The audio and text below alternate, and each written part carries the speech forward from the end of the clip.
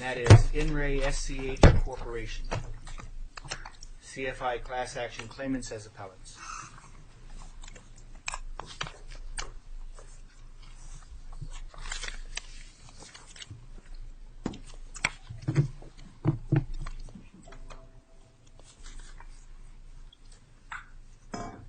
That bell was not the get started bell, just to let you know.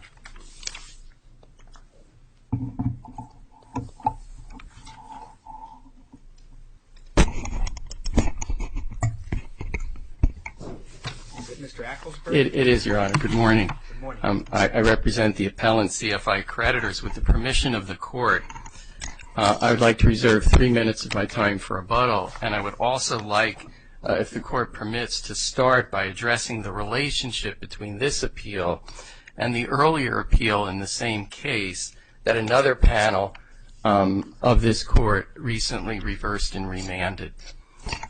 Both appeals stem from a consolidated proceeding in the bankruptcy court. Has there been any activity on the remand? None, Your Honor. Okay. The two motions were tried together and ruled on together, but then unfortunately the district court separated the two, denying our motion to keep the matters consolidated and forcing us to kind of follow the track that these cases have followed.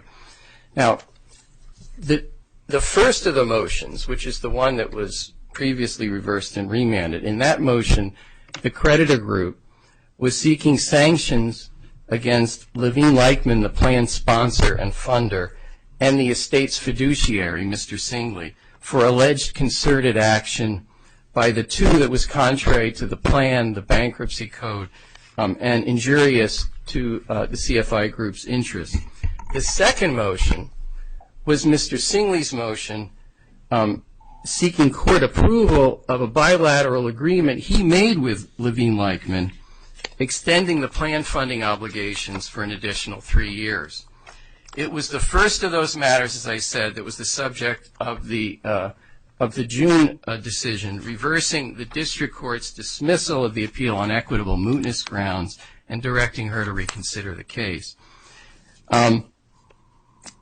Whatever this panel decides with regard to this appeal, it should be cognizant, obviously, of what the district court has already been ordered to reconsider, deciding only what needs to be decided with regard to the narrow issues presented here, to the extent possible without reaching questions that the district court has yet to reach in the first instance. And I'm going to give two examples, and these are both important issues in this appeal, and explain how the court can essentially follow that framework and only decide what needs to be decided here.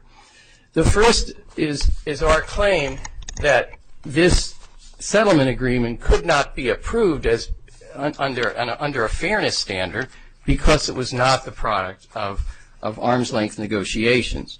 Now, both of the two halves of this case involve questions about the relationship between Mr. Singley and the plan sponsor and funder, Levine Leichman, and its subsidiary, NCG. If the settlement's not approved, we go back to the original confirmed plan and the $200,000 a year subject to offsets. And that's exactly right, Your Honor. That's exactly right. And what would happen in a remand is that that piece of the case, assuming that this court determines, as we believe it should, that as a matter of law, that this agreement could not have been approved as fair and equitable to the creditors. That it was a modification. Pardon? That it was a modification. Well, that's certainly one reason. I mean, if you turn a 5-year plan payment obligation into an 8-year payment obligation, that's a modification of the plan, and the code has very specific requirements about what's supposed to happen. You're supposed to treat it, even assuming you pass the substantial consummation condition in 1127B, you would still have to determine that this was in good faith. They're extending this for 3 more years. Judge Robinson said you raised it only in passing. In the appeal, she addressed it in the final footnote of her opinion and said that it had not been raised really before the bankruptcy court. She did say that, Your Honor. First, I have to say that we did raise it. All you have to do is look at the objection, which the court was deciding. Paragraph 13 of our objections. It's in the appendix at page 77A. We did raise it, and because of that footnote, we filed a motion for a rehearing under Bankruptcy Rule 8015, pointing out to the court that this is not a new issue. This was in the case from the beginning. We showed it to her, and then she denied the motion for a rehearing, saying, well, I dealt with that issue in the footnote.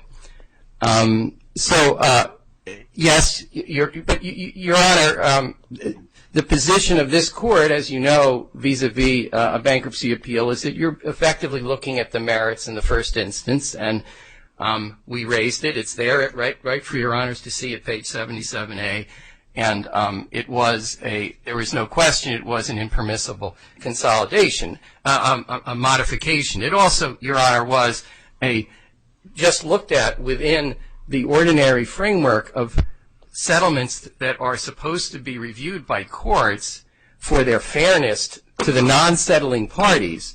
There is no way that this settlement could have been approved. And again, going back to what I said before, to distinguish between the narrow issue that we're asking this court to reach in this case, as opposed to the broader issue that has yet to be decided, you don't have to determine whether the relationship between the two was so egregious that the fiduciary obligations of Mr. Singley had been so impaired such that we should get sanctions for what happened. That's what's happening in the other half of this case that Judge Robinson hopefully will decide on the merits. All that you have to decide is that for purposes of approving this as a fair and equitable settlement to the non-settling parties, there's no way that you could say that they have an arm's length, that this was an arm's length negotiation. That's the narrow question you have to look at in terms of the relationship between the negotiating parties. How could it be arm's length if Mr. Singley's firm still had an ongoing, undisclosed attorney-client relationship with the party that it's negotiating with? It's effectively negotiating with itself. So those are the three reasons in which the bankruptcy court abused its discretion. First, this was not an arm's length agreement. There was no basis for treating it as such. The views of the dissenting creditors should have been deferred to. In fact, I refer the court to the Fifth Circuit case in Foster Mortgage. What's going on here? I'm having trouble with this. I looked at this and wanted to describe this case as the proverbial dog's breakfast. I mean, there's so much going on that there's something beneath the papers that is going on, and I'm trying to figure out exactly what that is, because if you set aside the settlement, you could end up with less. Actually, Your Honor, I don't think that's true. I mean, it's possible, but if Your Honor would like, there's time remaining. I can take you through the arithmetic here. There were three things you said. Yes. I never got to the three. I think you only said two. What was the third? The first. Okay, the third one was what we already discussed with Judge Cowan, that this was an impermissible modification as a matter of the bankruptcy code. Let me answer this question. In your theory, if you're right on any of the three, we should reverse. Yes. Yeah. So what you're saying, in effect, is we could write a one-page opinion here and say that it was not an arm's length deal because of what you would call a conflict of interest. Therefore, we reverse. We would be satisfied with that, Your Honor, because that would give the relief you would want. Yes, and just to absolutely, but just to get to the sort of practicalities here. I mean, what we're looking for, this portion of the case would ultimately, if you reverse on that, would ultimately have to go back to Judge Shannon in Delaware Bankruptcy Court for him to determine what he basically decided he wasn't going to decide, which was how much did Levine Leichman owe under under the plan that was confirmed, not some new plan that the parties have bilaterally agreed to. What should they have paid? And then who should get that little bit of money that's there? You're right, Judge. At the end, there's very little here. There's a very... I can't understand this case because it seems to me there's so much being spent here over a very small pot. I mean, maybe I'm wrong. Your Honor, the backdrop of this case, which I'm sure will explain a lot of the emotion surrounding this, and Your Honor, our firm hasn't seen a dime in this case. This is not, in the end, this is not a case about dollars and cents, other than the little bit that will be, we hope, rearranged in the crumbs that are left at the end of this case. Remember what happened here. Our clients are the 900,000 consumers in 3 states who received letters from the debtor on the letterhead of a district attorney telling them that if they didn't pay the debt and $200 and thereabouts in extra fees, they face arrest, prosecution, and possible imprisonment, and no DA had ever looked at this case. And this business is so we had class actions. We're really the only creditor class. There were class actions pending. The bankruptcy was filed purely to stop the class actions, avoid the legal determinations that were about to happen. The day after the bankruptcy was filed, there was a summary judgment motion on the merits pending in the Florida case. And 2 months later, the business is sold for no cash to the secured creditor, Levine Leichman, who then keeps at it with the business, agrees to pay a little bit of money to resolve the case. I had no idea that things like this went on, actually, those district attorney letters. I thought the district attorney's supposed to prosecute cases. Your Honor, this practice is, I don't have, as you can see, Your Honor, this is something I'm fairly emotional about. I think it's an outrage that this business has gone on as long as it has. As I advised the court in the 28J letter, the ABA Standing Committee has just issued a rule in November that this whole business where the DA essentially rents its badge violates the model rules in 2 ways, and we're very hopeful that in the not too distant future we will see an end to this kind of business. But in the meantime, we're left to pick up the little bit that remains of the efforts of the CFI class to get a little bit of justice here. Thank you. Look at 1 cent each. Pardon? I mean, You get 1 cent each. there's 900,000. Well, actually, to be perfectly frank with you, Your Honor, I mean, it was our view, as we've said in the papers over and over again, that there was never any expectation that the money that Levine Leichman was paying, however much the set-off, whatever the real amount of money, whether it was $700,000 or $300,000, whatever it was, it never would have been enough to produce a distribution to the class. And it's for that reason that the main interest that we articulated time and time again to the court, and the court did acknowledge in its ruling, I'm referring to the bankruptcy court, was the right to preserve, was our ability to continue the legal fight, to continue to challenge the legality of this business with the new company, with the secured creditor. We retained the plan originally would have released Levine Leichman from such lawsuits. Through our efforts, we were able to prevent that from happening. We reached agreement on a consensual plan that we thought established a temporary truce that gave the CFI class and its counsel limited rights, a 90% stake in whatever happened to be there, and the right to proceed with new lawsuits against the new company. It's the fact that things happened after then you got disqualified from those lawsuits. Well, we got disqualified, and then they basically. But it's really not that disqualification. That's really old. That's done and gone. That's basically history now. We can't do anything about that. But what we can do, Your Honor, is protect the integrity of the bankruptcy process and what's left to this. As Your Honor said, what's left is a very small case, but it's in the context of a very important issue of great public import. Thank you. Thank you very much. Mr. McLaughlin? Morning, Your Honor. May it please the Court, Jack McLaughlin of Ciardi, Sardi, and Aston. On behalf of Carl Singley, who is the responsible officer appointed pursuant to the plan, with me is Anthony Amsicul, Esquire, of Amsicul Legal, who was on the brief with us and is the brains behind the operation. Your Honor, I don't want to squander my 15 minutes going too deeply into the background of a confirmed bankruptcy case.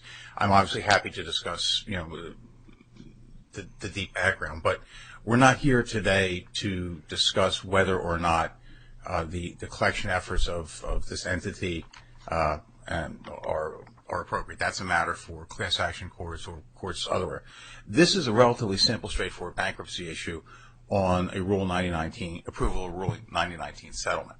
The matters on remand in the other appeal that we had, the matters that are before the district judge now, are they related at all to the issues before us? Or can we hold this matter in abeyance? Yeah, as they say, the law is a seamless web, and this was tried on a consolidated basis. So we had a 3-day trial with witnesses and exhibits and all that, and we all by agreement agreed that the judge would take the evidence as a lump. The issues on remand, Mr. Acklesberg had moved to dismiss the case on some fairly creative theories, including bad faith. Judge Shannon denied that motion to dismiss. Again, we're talking about a post-confirmation case, several years post-confirmation, so it's a relatively odd duck, even in the world of bankruptcy. The matter was briefed at the district court level on several theories, including constitutional and equitable mootness.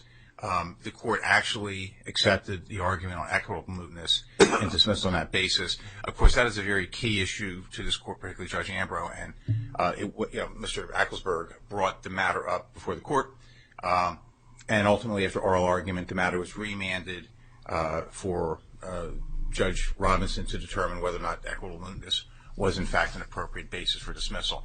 That matter has never been listed. There's nothing that's happened since it got remanded. So it's just sitting there.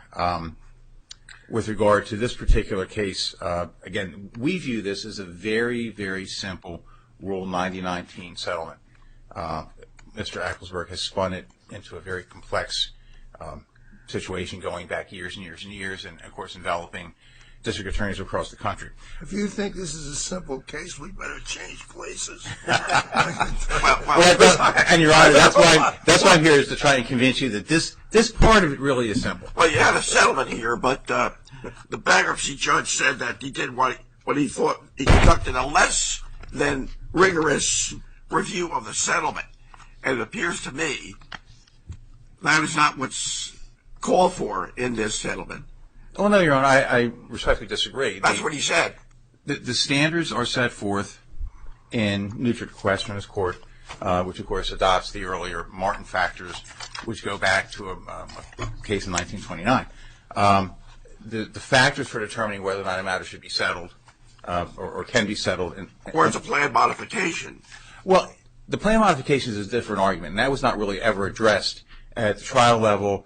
As was noted earlier, it was addressed only in passing at the district court level because it was not raised by the appellants. We respectfully suggest that this is not a plan modification. Well, that's your position, but yes. I don't know whether it well may be a plan modification. Well, Your Honor, that matter was not raised at the trial level, and so. But the bankruptcy judge didn't give it enough scrutiny to really determine exactly. I don't believe he was asked to give that scrutiny, Your Honor. He's not asked to give that scrutiny? No, it was not. This was pled as a 9019, and we view it as such. I want to point out, Your Honor, that the original plan, as confirmed and as supported by my colleague here, was a 5-year plan. We have received payments for that 5-year period. What occurred at the end was that there was a dispute over one matter, and that was whether or not the payor, the plan funder, was entitled to accept or to take offsets from his payments for expenses that were covered by his own insurance policy or its own insurance policy. So, and that was the issue. We didn't ask to extend the plan per se.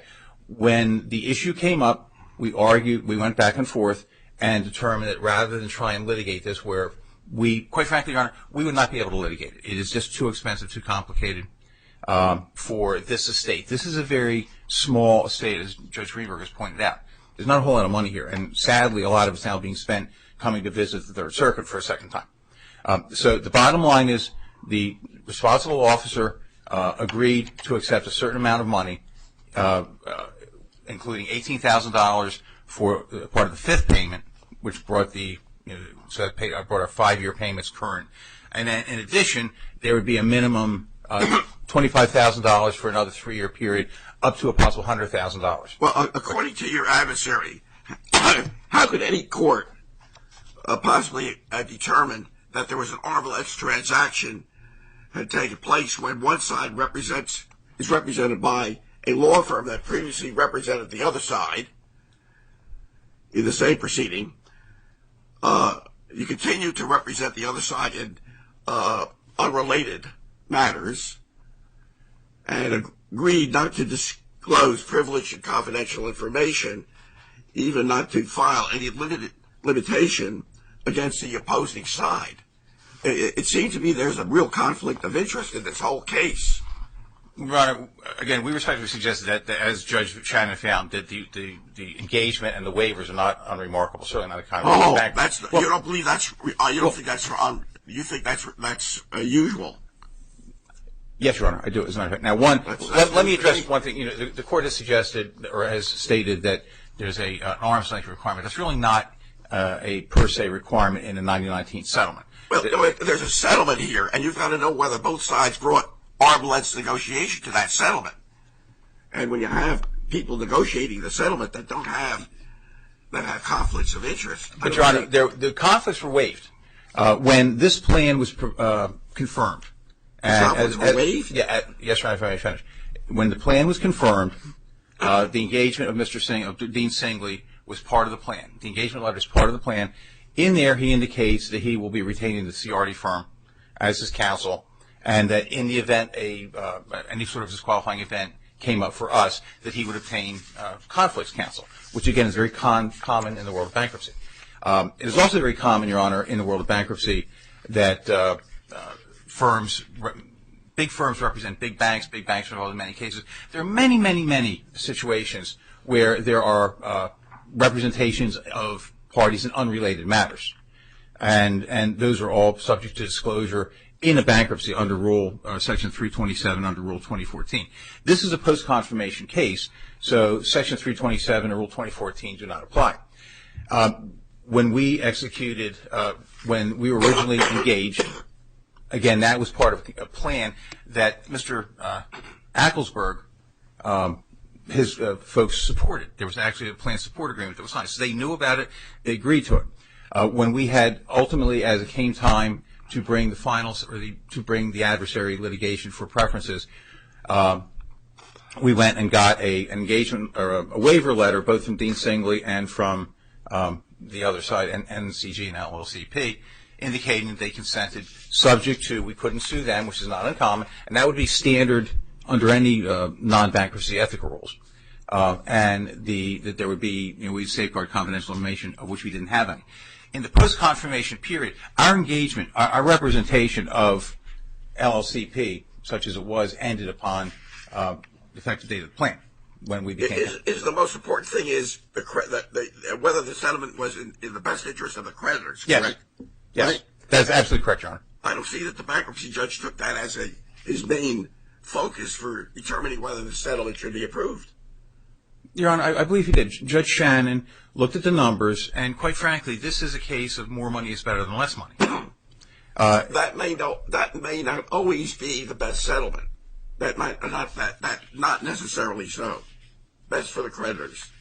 Your Honor, actually, I would respectfully suggest that it is here. And also, I'd ask the court to consider one thing. Mr. Acklesberg, in his argument here, is representing a particular subset of unsecured creditors. He was not counsel on unsecured creditors committee.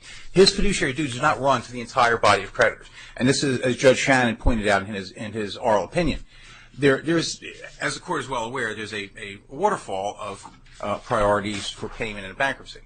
We have unpaid Chapter 11 administrative expenses. We have unpaid post-confirmation Chapter 11 administrative expenses. There may be a couple priority claims out there, although we think we scrubbed the claims register pretty well.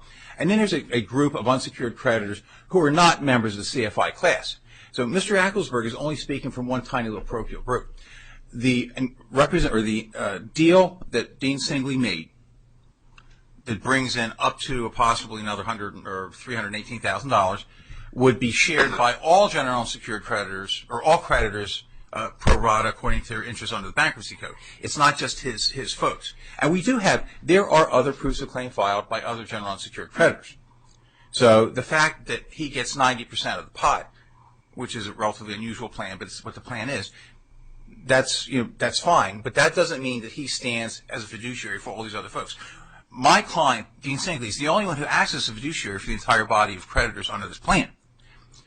There's no suggestion.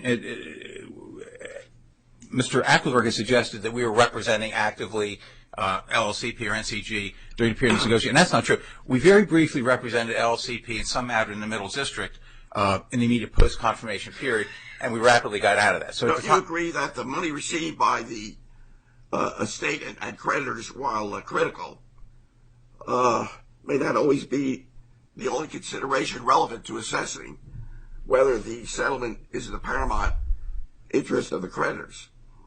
No, Your Honor, I don't think the law is ever that simple, black and white. But in this particular case, bankruptcy is about dollars and cents. Mr. Acklesberg has suggested that it's about more than that. Well, no, actually it's not. This bankruptcy, the confirmed plan that he supported, provided for certain payments. It is not my client's role, it's not the bankruptcy court's role to go out and police questionable collection practices, if in fact they are questionable. I don't know. It's just none of our business. So if we were to disagree with the district court and send the matter back, you'd have to litigate the offset issue. Your Honor, if I may be perfectly candid, that's not going to happen. As I said on the record during the trial, my firm will not litigate. It's simply not worth it. Obviously, we would not be able to do so because of the prohibition against suing them directly, but we wouldn't do it anyway. It's just not worth it. If I may speculate, if you remand or reverse and remand, I will go back to Dean Singley and make my report. As he noted in his testimony at trial, he just doesn't think this is worth a whole lot more. There's not that much money left in the estate. So I would respectfully suggest that what's going to happen is that either we'll call it a day, game over, if the payor permits us to retain what was given, which we think they should because we think it's at least that much that was due. Then, and I would speculate that they will, then we would just walk away. That would be, there's already been a final decree in this case. This case was final decreed over a year ago, just to get it off the books administratively. You know, I'm sitting here wondering, the case got settled once. Isn't there some way that everybody can sit down and end this? I mean, it just, to me, the whole thing is a little crazy, what's going on here. And you just explained why. Your Honor, no truer words were ever spoken. Well, that's a start. Here's the problem. You know, in the opening brief for the appellants, they indicate this is a three-party dispute: the CFI claimants, NCG, and the estate. There's actually a fourth party, and this is where the truth lies. Mr. Acklesberg's firm and his affiliate counsel, who were prosecuting the proofs or the class actions, want to remain as class action counsel in the speculative future cases that may arise. I don't know if there are any out there or not. But unfortunately, as the court knows, or unfortunately for Mr. Acklesberg, in the post-confirmation period, in the Del Campo case pending in California, in the Smith case pending in California, they were disqualified based upon what I understand is a relatively harsh California ethical rule with regard to conflicts. That precluded them from representing, and the basis of that was that for every dollar that the Smith that was spent defending the Smith case, which is the second file case, that would come out of the Del Campo pocket. So there was an inherent conflict. The two United States District Courts of California plus the Ninth Circuit basically said, yeah, it's a conflict and you're out. Of course, what Mr. Acklesberg and his colleagues are worried about is that if they would wish to sue in wherever, that the same type of claim could be raised. Now, these speculative future suits in places unknown may or may not involve any members of the Del Campo class. But it is true that if, as long as there's money coming into the Del Campo, the CFI, to my estate, SCH, it will be offset by any costs that the NCG, the plan funder, has to expend to defend. So yes, I mean it's Mr. Acklesberg, did get disqualified, and I'm sorry for that. It's not, but that's not the bankruptcy court's business. We didn't disqualify him. If you look at the plan, there's nothing in the plan. There's nothing in anything in the bankruptcy that says that NCG cannot be sued for the same type of violations. And in fact, when Mr. Acklesberg and Mr. Ahrens et al. Were disqualified, the litigants found competent counsel, and in fact, Del Campo got settled and decertified. Smith got settled. Those cases have pretty much gone away, which raises an issue as to whether or not whose clients really are at this point. But that's, I'm sorry, I'm running out of time, Your Honor. It's all perfectly clear. May I help? May elaborate in any fashion for you, Your Honor? Okay. Please don't. Thank you very much, Your Honor. Okay, thank you.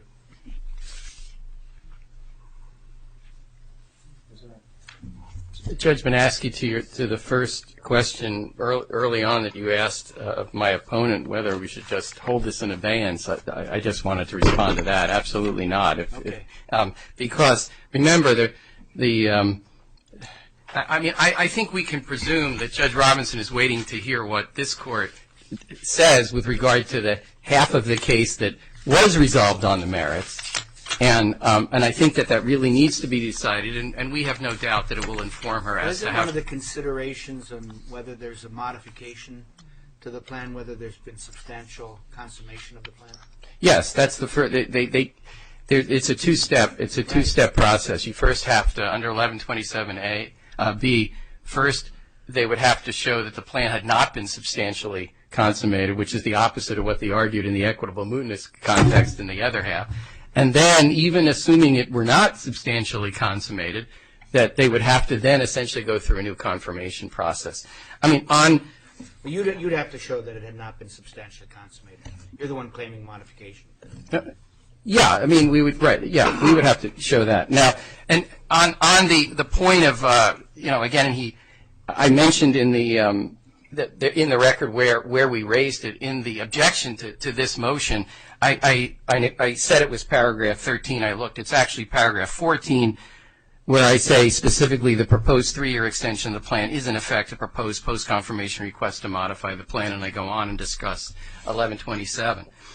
He mentioned that there's no problem here because under the terms of his appointment, Mr. Singley was all he had to do was to get conflicts counsel. Well, right, but as we questioned him at the hearing, and this is the way it went, on cross-examination, Mr. Singley testified, I don't believe there was a conflict, so I didn't interpret the language to require that I obtain conflicts counsel.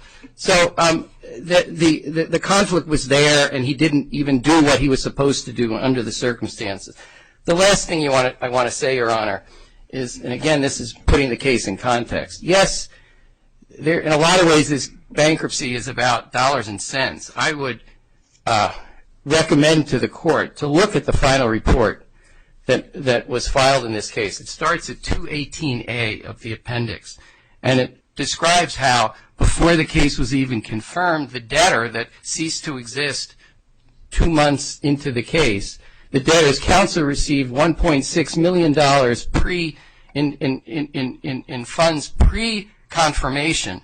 That doesn't count the money that came off the $1 million that was advanced pursuant to this asset purchase agreement, and that the money that has in fact been collected under the agreement has now been distributed to Mr. Singley, his law firm, and their professionals. Yes, it is about dollars and cents. It's a question of what is this case really about? And I would leave this court with the fact that the Delaware Bankruptcy Court hears an enormous number of this nation's bankruptcy cases. And very often there are cases where a business files and there are consumers all around the country with very little opportunity to do anything about it. This case presents a very stark picture about what some of those cases look like. And I would ask the court to consider that and the importance of this court weighing in on matters affecting the integrity of the bankruptcy process. Thank you very much. Thank you. Thank you. Well-argued case. We'll take it under